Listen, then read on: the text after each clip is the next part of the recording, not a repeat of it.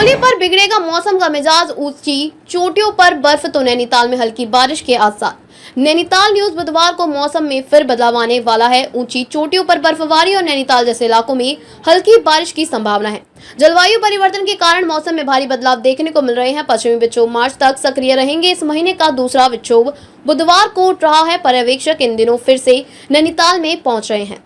नैनीताल मौसम विभाग ने एक और पश्चिमी विक्षोभ की चेतावनी जारी कर दी है, जिसका असर बुधवार से नजर आना शुरू हो जाएगा। ऊंची चोटियों में हिमपात की संभावना रहेगी, जबकि नैनीताल सरी के क्षेत्रों में हल्की वर्षा की संभावना जताई गई है।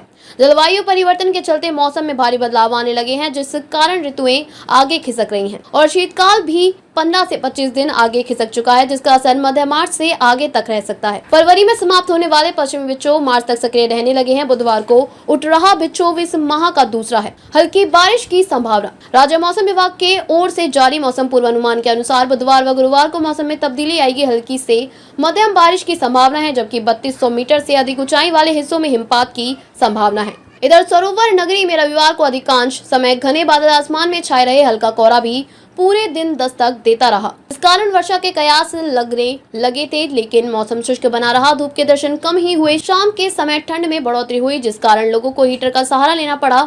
जीआईसी मौसम विज्ञान केंद्र के अनुसार अधिकतम तापमान 22 व न्यूनतम 11 डिग्री सेल्सियस रहा। आर्द्रता अधिकतम 85 व न्यूनतम 50% दर्ज की गई। इधर नैनी झील के जलस्तर में निरंतर गिरावट बनी हुई है।